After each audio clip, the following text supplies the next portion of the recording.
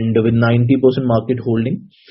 Then in the year 2023, the company set up its third manufacturing facility, and there we started manufacturing more value-added products like mutton flour, and then idli rava, rice powder, chana sattu, with a future vision of setting up our own namkeen manufacturing facility and utilizing the full capacity of the Unit 3 for producing gram flour, which will further be utilized in the manufacturing of namkeen.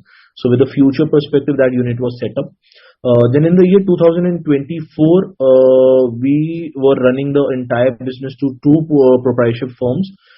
We got transferred the entire business into a private limited entity, which is today SSMD Agrotech India Limited.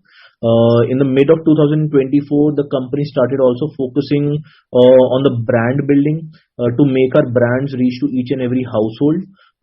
During this time, we also got an in-principle approval of a $10 million investment in a company from a VC firm based in Las Vegas. And that money was coming in the form of CCD, but we did not close that idea as we and the investors could not get onto a common term sheet.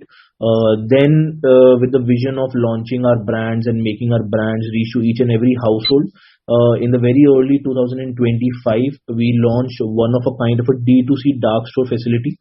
It is basically a micro manufacturing facility through which we manufacture and produce fresh flour, oil and spices and deliver it to customers in a time space of 15 to 20 minutes. We combined technology with the business, which eventually resulted in a scalable business model. Now we are coming up with the IPO, and the company is running 3 manufacturing facilities in Delhi and 1 D2C dark store. And we are covering the entire northern India market through a distributor network. Also, we are dealing with direct institutional customers.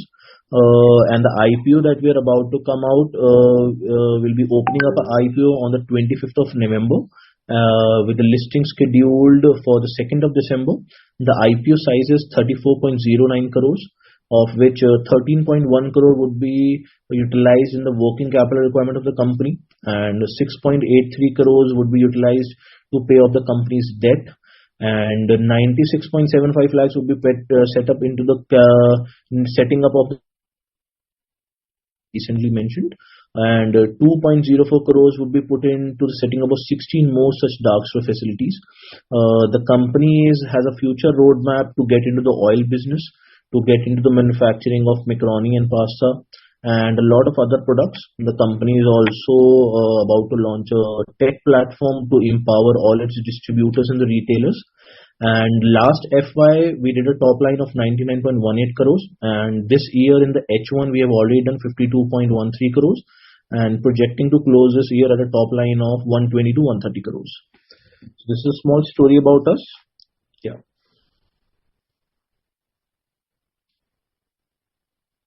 Okay, thanks for detailed explanation about the company in a quick manner.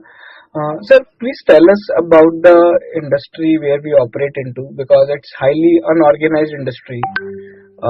So let's start with the industry first. कि आप थोड़ा industry के बारे में समझाइए कि अभी हमारा industry कैसा है, and what is the opportunity size we are looking in e-commerce and online industry, because I think there are hardly any organized players offering to the e-commerce platform. So please tell us about it. Yeah. So if I talk about the market size in FY25, it is 11 lakh crore rupees, and the industry is increasing at a rate of 6.5% CAGR, with the expected market size to reach to 15 lakh crores in the year 2030. Though the market is very cluttered and competitive, but we take it as a very positive sign with a huge market scope.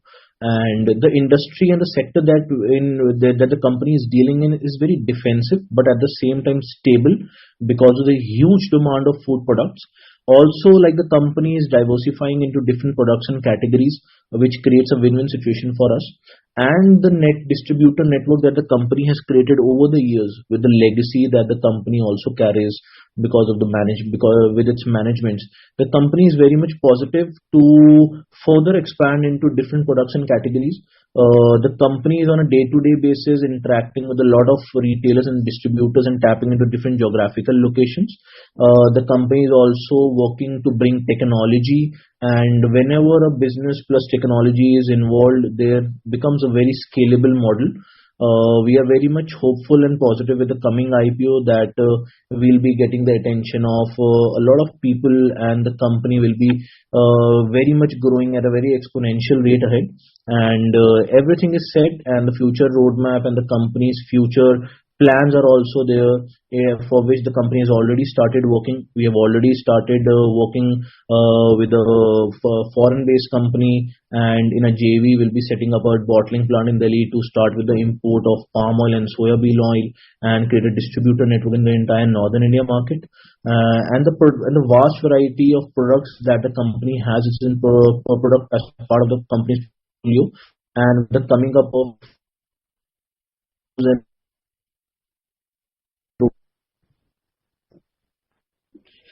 I think we lost your connection. Can you please repeat again? hello. Please speak. Please Am continue. I audible? Yes. Yeah, so the company's future plans is to get into the oil business as well in a JV with a foreign-based company, to set up a bottling plant here and start with the import of palm oil and soya bean oil and create a distribution network here. Along with that, the company's vision to set up 16 more such dark stores, which is just the beginning, and we want to become pan India. And through these dark store facilities, the company plans to connect to its customers directly through a very robust business model and offer its customer an experience which is never given before.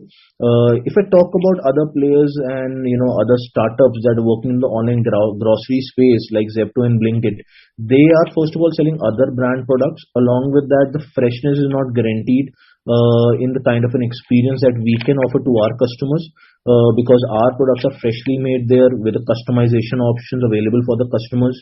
And such kind of a experience curated for the customers is attracting a lot of attention to the company's brands and the company's position in the market.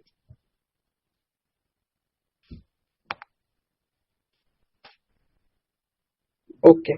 Sir, can you briefly tell us about your two business models, which is one is D2C and the other one around? So, if you can quickly tell us about the distributor-led model and the focus area which you have on the D2C side. So, please briefly tell us about it. Yeah, like I mentioned, till the mid of 2024, the company was purely working into the bulk packaging. We were dealing with institutional customers who used to procure our products and to further manufacture their end product. We were dealing with distributors. We used to set up a distributor in a particular region, and that is a basically backbone of the industry, backbone of our business, and still continuing with tapping into different geographical locations and expanding our distributor network. At the same time, the company realized to create our brands a household name, for which we got into the D2C space. D2C space, we are exploring with the setting up of a micro manufacturing facilities, which we call as D2C dark store facilities. Through these facilities, we engage directly with the customers and fulfill their day-to-day demands of fresh flour, oil, and spices, and deliver it to them within a very short span of 10 to 15 minutes. So the company is working into the B2B space through a distributor-led model, dealing directly with institutional customers, as well as getting into the D2C space through the D2C dark store model of the company. Okay, got it. And sir, in terms of, I think, the portfolio, as you have already explained, we got the brief understanding. Please tell us briefly about the manufacturing facilities now. So we have three manufacturing facilities. The one got set up in the year 2019, with the first unit, with the smaller version of it was set up in the year 2018. There we manufacture gram flour and then chana dal, and then we have processing of rice, along with we are manufacturing animal cattle feed, which basically names as chana churi, khanda and chilka. Then the second unit manufactures puffed rice and ramdana with a further sorting of the muri rice, which is basically further procured to manufacture puffed rice at a traditional level. Then the unit 3 that we have basically manufactures quality added products, mainly butter flour, idli rava, rice powder, and all. And that plant also has a packaging unit which we further repack all kind of agro food products and sell out in the market. And one is a D2C dark store facility for the company, in which we are manufacturing fresh flour along with multigrain atta, offering the customers a kind of a customization option, mustard oil, coconut oil, and along with we are manufacturing spices out there. These are the manufacturing facilities that the company has as of now.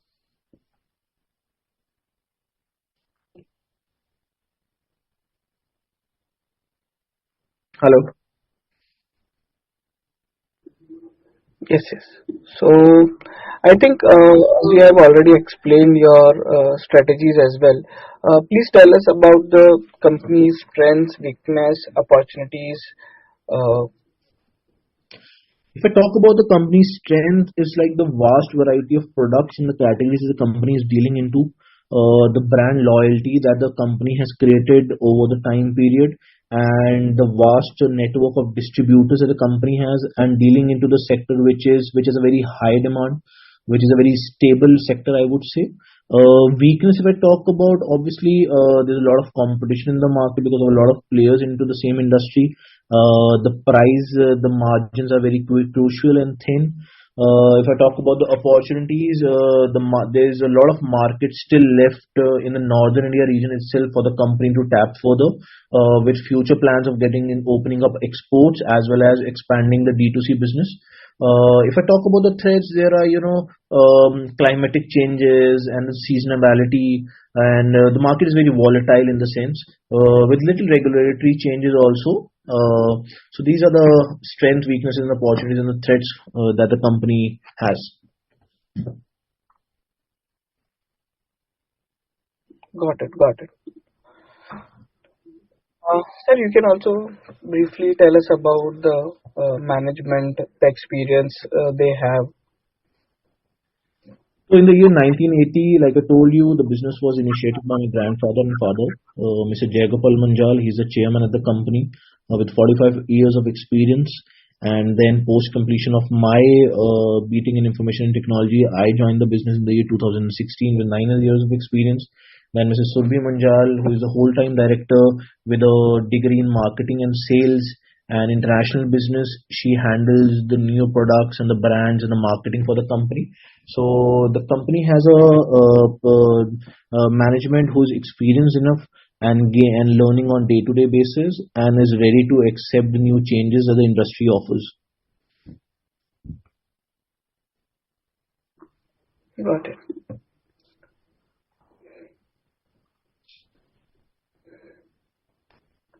Sir, also briefly tell us about the key ratios, how they have been fared over the past 3 years, the financials. Hello. Yes, yes. Hello. I'm really sorry, I did not get. Yeah, sir. As you can see on the screen, please briefly tell us about the key financial ratios, how they have fared over the past 3 years, and how you foresee going forward. So if I talk about FY25, we did a PAT of 5.37 crores over a top line of 99.18 crores. And FY26, we are projecting to close with a top line of 120 crores with a PAT margin of 6.3% and 8 crore rupees of PAT. If I talk about the inventory days that the company keeps, the inventory holds inventory and raw material for a time period of like 50 days, with a working capital cycle of 38 days and having receivable days of 11 days and payable days of 16 days. If I talk about in comparison to the peers around, so the company has the highest EPS of 9.74. These are the basic ratios that I would like to highlight. and the high ROE and ROC which we can see is like 130.46 and 100.85 is because of the transfer of the two firms business into the private limited. Hello. Yes, sir. Please continue. So till where I was clear? Can you know that? I think transform. So I think I have covered the ROE and the yeah, ROC yeah, as yeah. well as trade payables days and the inventory Yes, days, receivable days. yes.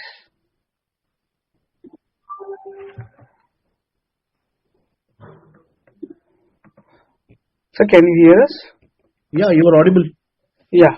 Okay. So I think you have covered briefly. Uh, we can compare. Please briefly tell us about how the listed peers you are stacked up with. See, if I talk about the HOAC Foods, which is really doing great in the market, but their business model is just into the D2C space. On the other hand, if I talk about us, we are into B2B as well as D2C space. And if I talk about the industry margins, the D2C model basically attracts somewhere between 15 to 20% of PAT, and the B2B business attracts somewhere between 5 to 10%. With the proposed namkeen manufacturing facility that the company has recently, which we are about to come out with the IPO proceeds, will be attracting a PAT margin of 10 to 15%. With the oil industry that the companies were planning to get into, will be attracting somewhere 4 to 5%. So overall, if I talk about the company's diversification to different production categories, will enable the company to attract very good margins the coming time, along with very high revenues that the company has projected to. We have projected the FY28 to close it at a top line of 250 to 280 crores. And with the pace that the company has been working from last 3 years and with the proposed future plans for the company, we are very much optimistic in going a lot ahead in comparison to our peers.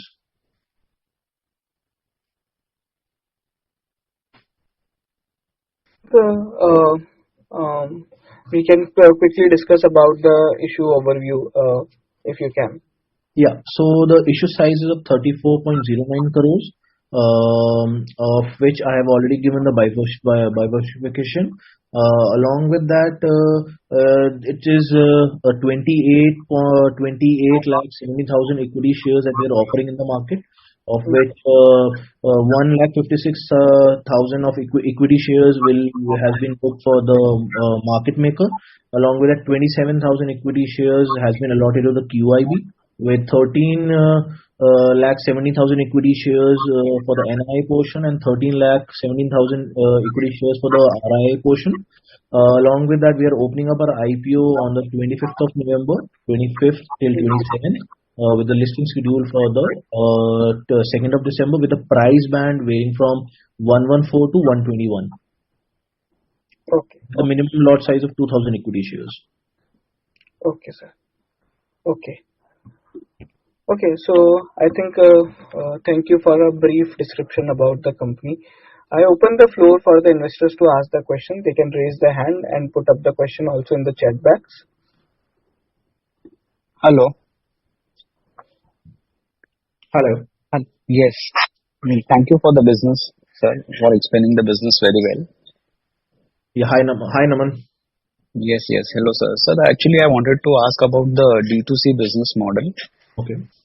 So we recently entered into D2C business model by opening D2C dark store factories. So I wanted to understand about supply chain logistics and setting up retail operations, because D2C, you see, it's a very difficult, to.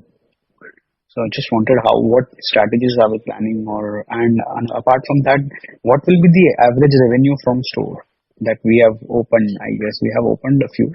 And what Right. will be the number of stores which will be opening in 26-27? Right.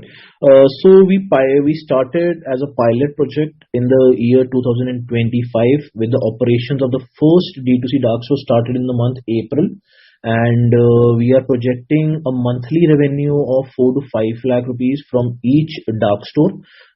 with that have already been achieved through our first dark store in the very 6 months of its operations. If I talk about the logistics, the D2C dark store facility that the company plans to set up is basically around the residential societies. Like the first store we recently set up in the Neel Padam Kund Society based in Ghaziabad. When we talk about delivering quality food products in a quick time to our customers, the geographical location and the situation where we set up the store matters a lot for us. Like if I talk about the first store that we set up is inside the residential society itself. Whenever a customer places us an order, the product is manufactured freshly, and the logistics cost very gets reduced to nil, as there is not any kind of a two-wheeler or a delivery fleet, I would say, that the rider has to use to deliver it to the customer. Though once the order is received, it is manufactured, then it is directly delivered to the customer's house within a very short span of time. If I talk about the backend that controls the entire supply chain, we have our own fleet of trucks, and we have our own logistics to fulfill these dark stores. We have proposed and planned to set up 3 more dark stores in FY26 itself, with 13 dark stores proposed to set up in FY27, with one star dark store already in operation as of now. Okay, got it. So that's great. So from whatever little understanding I have about this business, I think that contamination or deterioration risk exists at every stage, whether it is manufacturing or storage or delivery. So what quality control processes or quality standards are we maintaining to ensure minimal contamination or deterioration? The reason behind opening up this D2C kind of a concept is that the company is very much focusing on delivering fresh produce. If I talk about flour, if you order any kind of a brand flour from, let's just say, Zepto or Blinkit, that product is manufactured in the factories, let's just say, a month back. Then that product is brought down from the company's warehouse to the Zepto's or Blinkit's mother warehouse. Then from that mother warehouse, it is brought down to the dark stores and then further delivered to you. So that produce which you are ordering currently from Zepto or Blinkit is something which has been produced a month or 2 months back. That is basically how the B2B industry works. Even we are working into that space. But with this D2C model, if I talk about, that was a main concern behind launching a kind of a concept where we can deliver freshness to the customers in a very short span of time. So that is how the company stands out in comparison to other and controls the overall contamination and the quality assurance that you just mentioned. Understood, sir. Sir, and last thing I wanted to ask about the status of our collaboration with the German-based company in edible oils. You mentioned it, right? Yeah. So it's a Spain-based company by the name of Isasa Exports, and we recently had a soft talk with them and are about to sign a MOU in the recent time. And in a JV, we'll be setting a bottling plant in Delhi itself, and we'll be starting with the import of palm oil and soybean oil. With the distributor network already created for the company to sell these products, and very soon, most probably in a month or a 2 months gap, we'll be starting off with the operations. Got it, sir. Thank you. I'll get back in line if there's anything. Sure. Next question, please. Hello, is my voice audible? Yeah, Hardik, you're audible. Yeah, hi sir. Hi, Hardik. So my first question was regarding what is the object of the issue? Can you please elaborate more, how the money will be used?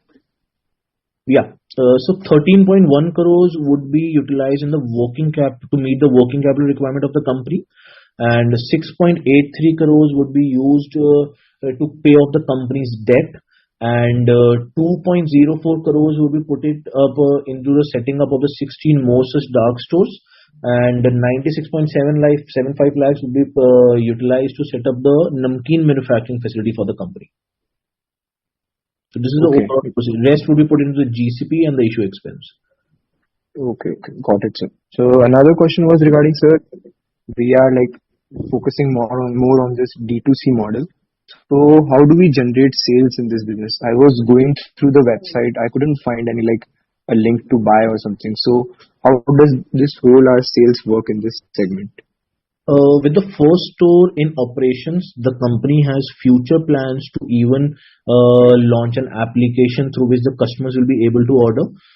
As of now, with the first store just in operations, we are connecting directly with the customers through the WhatsApp groups, and we are on daily basis we are pushing offers to the customers and receiving orders and interacting with the customers to offer them kind of a personal touch.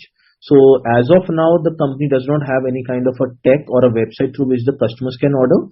But in the future plans with the 16 stores coming into operations, we'll be launching up an app through which the customers will also be able to confirm their order.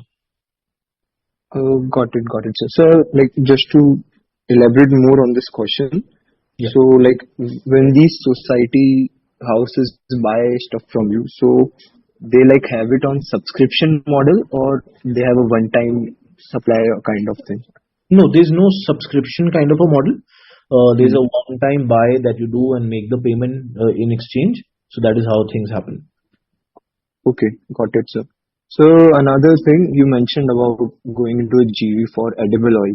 So what's your whole thought process behind it? Because we are like, as you already mentioned in D2C models, we are getting around 15-20% PAT margins.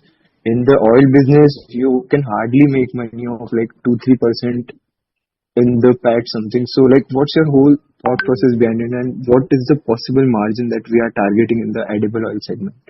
The edible oil industry, if I talk about the company's plan to get into, is to control the entire supply chain.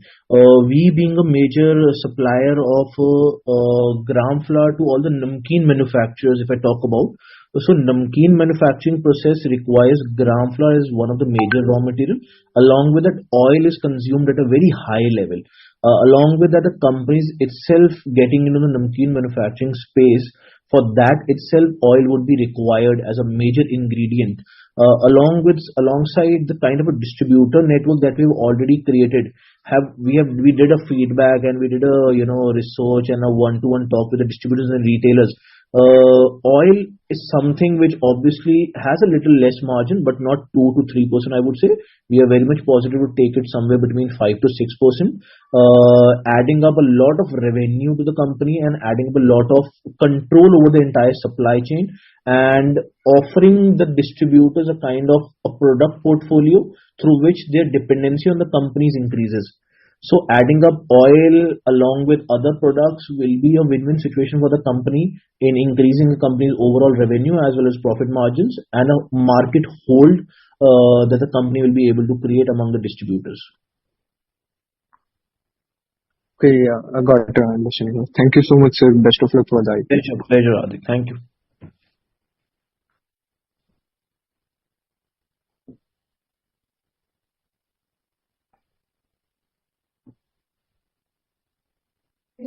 Sir, we do have few questions in the chat box. I'll just read out to you. Capex plan coming year, how do you differentiate from Patanjali Ashirwad, customer concentration and the top 10 customer percentage of revenue? And what is your plan to improve margins and drive future growth? So if I talk about the capex plan coming year is basically initiating. Hello. So if I talk about the capex plan for the company, it is very well initiating with the setting up of the namkeen manufacturing facility, followed by the setting up of a bottling plant for the import of oil, along with setting up of a roasted chana plant and a macaroni pasta manufacturing facility. If I talk about how do we differentiate from Patanjali and Ashirwad, like I mentioned, these products are manufactured on a B2B basis. If I talk about Patanjali and Ashirwad, mainly concentrating on atta as Ashirwad, one of the main leaders, we'll be offering a kind of a customization to the customers and the freshness delivered in very quick time. So that is something which Patanjali and Ashirwad is not offering as of now. If I talk about the top 10 customers, percentage of revenue, I'm really sorry that I don't have the figures right now. We've already shared the data for the same. And the plan to improve the margins and to drive future growth is to expand into different categories. Like the D2C model that we're getting into will be attracting a higher margin of 15 to 20%. Namkeen industry will be attracting a higher margin of 10 to 15%. So overall, the product diversification and categorization will be helping the company to improve on margins and drive future growth. Okay, we do have more questions. Why there is a huge spike in the receivables? So our industry works on a credit basis. The B2B industry works on a credit basis, with the increase of internal accruals and good amount of cash flow, with the increased amount of money that we put into the working capital of the requirement. There's an increase in the receivables to offer and tap to more, distributors and increase our distributor network. So the more you engage with the distributors and the more you kind of provide them a little higher credit, the overall company's business grows. So this is a particular reason that we have been collaborating and increasing our distributors and giving them a kind of a comfortable payment system by increasing our receivable days.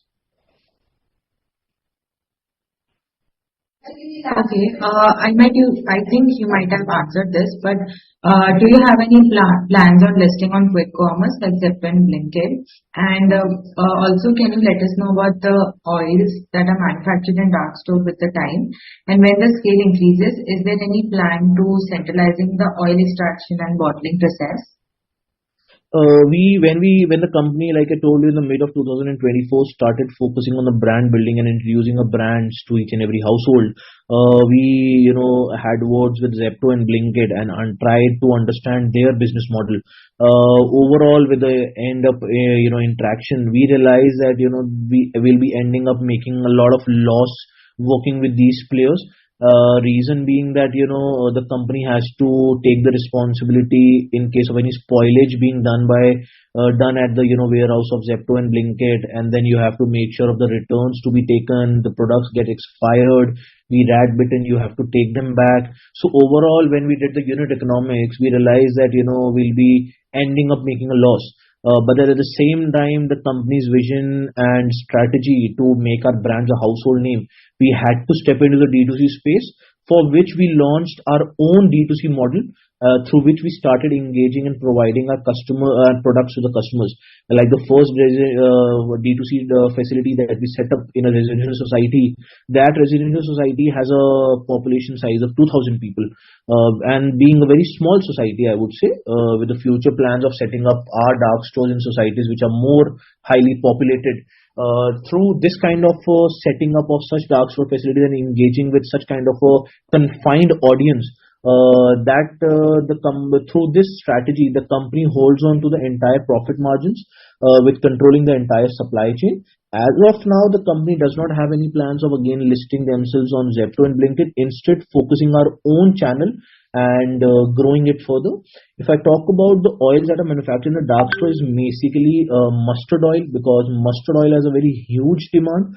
We have a unit size of extruder along with a filtration plant, with the automatic bottling setup, which is a very small micro setup, I would say, but it fulfills the requirement of that particular store to deliver quality mustard oil to the customers. Okay, so we have a question from Renal. The sale of your products is concentrated in the state of Delhi and Uttar Pradesh. Any plans for adding more states and de-leveraging current states strategy applications to grab market share in other states? We are covering the entire northern India market, Renal. It is not just Delhi and Uttar Pradesh. We have distributor network in Delhi NCR, UP, Punjab, Haryana, Uttarakhand and Himachal. And stepping into the southern part or the western part or the eastern part, it is not something that the company has currently plans with, because the areas in the northern India that we are dealing in, like the states I've just mentioned, there's a lot of further scope and tap into different more geographical locations.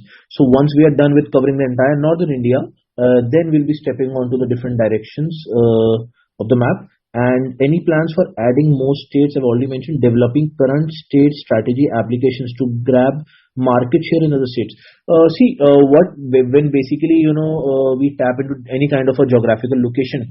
So we, do a R&D, we interact with the local distributors and the retailers out there, and, understanding the market economics and the demand, we keep introducing different products to meet that particular area demand. Because, even if I talk about gram flour, if I get down to the deep knowledge of it, in gram flour, if I talk about Mota basin in a particular area is manufactured, has to be manufactured with a particular grit.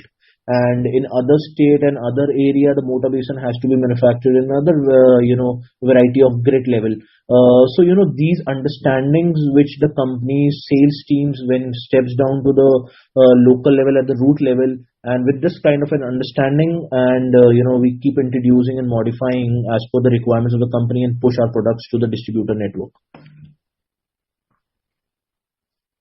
So we have a question from Mr. Anubhav. While oil business will increase the revenue of the company, there is an inherent forex and commodity price fluctuation risk. Please share the hedging policy that the company will have.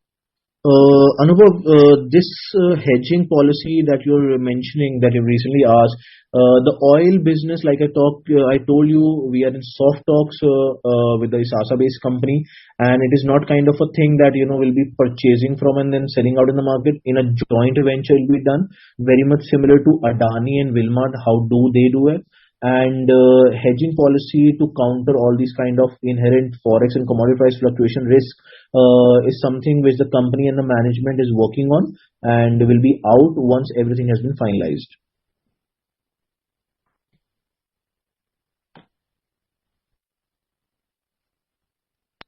Okay, we have a question from Sia. Is there any seasonality and cyclicality? So seasonal variation in sale volumes H1 versus H2, which is heavy. Yeah, there is a lot of seasonality and the market is very volatile, but not being overconfident, being confident on the company's experience and the management's experience.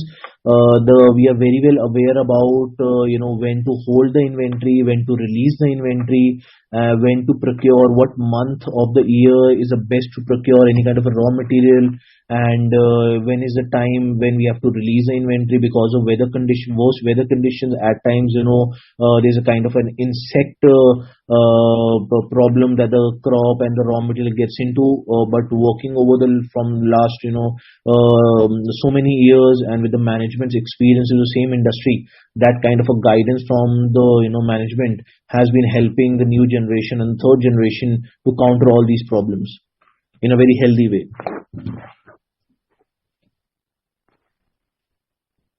We have a question from Mr. Bharat Shah. Expected timeline of completion, revenue and margin post completion of capex for the automated namkeen manufacturing unit. So we have targeted to complete the capex installation of the namkeen manufacturing facility by the end of February 2026. I just missed on the question. And the margins post completion of the capex, that particular product category of namkeen would be attracting somewhere between 10 to 15% of margins for the entire business. And yes, this is for the automatic namkeen manufacturing. Yes. Sure. So can you please explain more on inventory turnover that can be achieved, the current and post-owned store expansion, and how do you compete with tech-heavy blanket sector?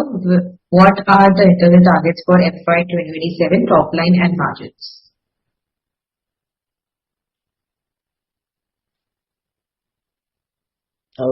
Which question is this? I'm not able to get it. The question is from someone named as SR. Okay, please explain more on inventory turnover that can be achieved, current and post-owned stores expansion. Yeah, so the inventory days, if I talk about the FY25, is 43 days, with projected in the FY26 will be keeping an inventory of 50 days. Reason being on the increased business that the company is attracting. If I talk about in comparison to FY25, the H1 that we closed in FY24 did a top line of 28 crores with double amount of the revenue that we're generating this year. resulting in the increased product demand and the quality acceptance being created among the retailers and distributors. We have projected to increase our inventory days to 50 days. What was the next question? Current and post, how do you compete? So how do we compete with tech heavy Blinkit and Zepto? Sir, I would say that, Blinkit and Zepto are something which are selling other product brands. There's not kind of an exclusivity in comparison to us. We call ourselves as EBOs, which is exclusive brand outlets, where we are controlling the entire supply chain. Along with that, the freshness that we guarantee and the kind of a customization option that we guarantee to the customers. It's not something which can be offered by Zepto and Blinkit. Customization, I mean by that, whenever a customer wants to order multigrain atta, let's just say, some customer wants more of soya and less of chana, so that kind of a customization thing can be done. But that is something which can't be done if I talk about the tech heavy Blinkit and the Zepto apps.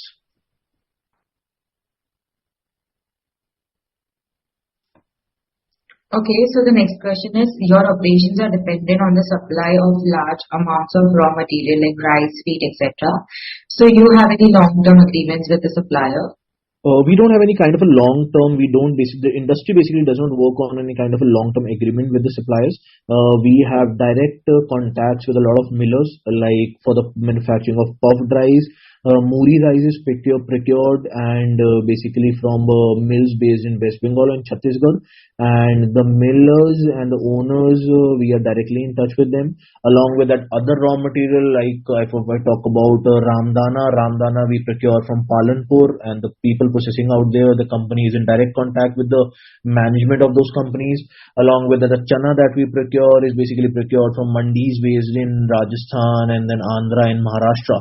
So there's a kind of a mandi system that operates, in which brokers are there. The farmers gets out to the mandis with their produce to sell it in the mandis, and through the broker channel, players like us who are into manufacturing of and the grinding of these products and the processing of these products procure through the broker system. So there's not any kind of a long-term agreement with the supplier, but there's a direct and a continuous supply of raw material without any breakage in the supply chain. Okay, we have a question from Anubhav. He's saying that according to the presentation, we see that this company is a food processing company, a business. So why is it termed as a manufacturing company? If I talk about the food processing that accumulates around the products as atta, masala and oil, it is a very small portion for the entire company. The entire company's manufacturing process, if I talk about, revolves around the manufacturing of gram flour, chana dal, with a very heavy investment on the capex and the kind of a complex manufacturing process that the company has for the production of these products. So the processing of atta through the chakkis and the oil extraction is a very small portion for the entire company's manufacturing processing process. The entire product chain that revolves around the company's product portfolio is manufactured through our own company's own manufacturing facilities, which is a very complex kind of a machinery through which we manufacture these products. That's why we term our company as a manufacturing company instead of just a food processing company.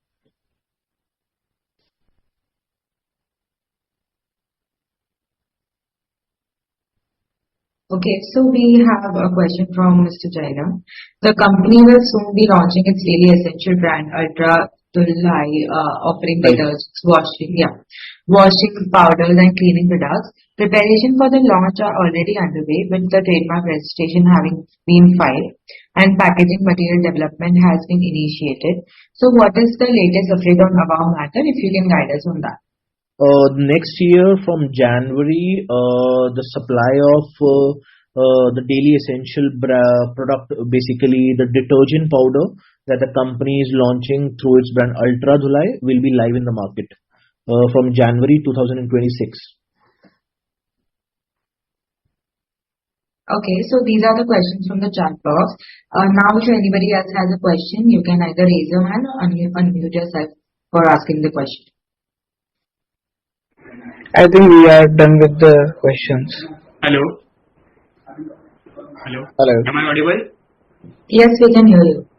I just wanted to confirm, is there any outsourcing of work being done in case the present capacity is not met in the near future?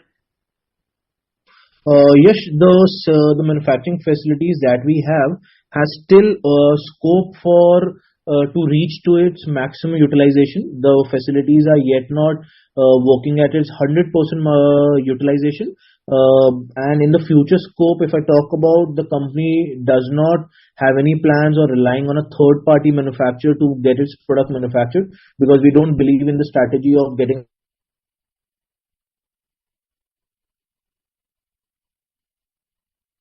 because the quality control is something which the company is very much strict about, and we don't find it that it will be very easy to maintain that kind of a quality level by getting our products manufactured from a third party.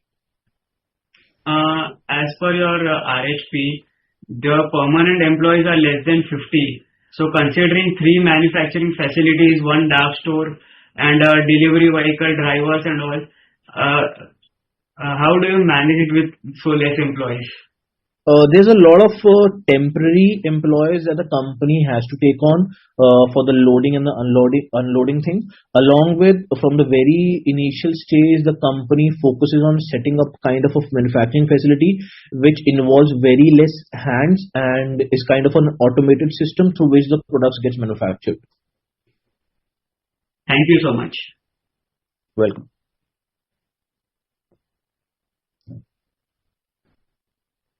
If anybody else has any questions, you can go ahead.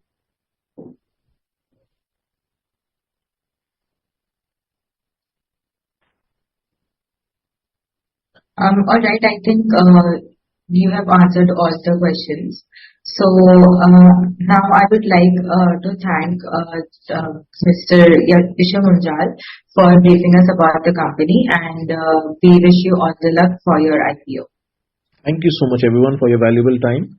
Looking forward. Have a great day ahead. Thank you. Thank you, everybody, for joining the call. Thank you. Have a great day. Take care. If you found this video helpful, please like, share, and subscribe to Concall India for latest upcoming Concall.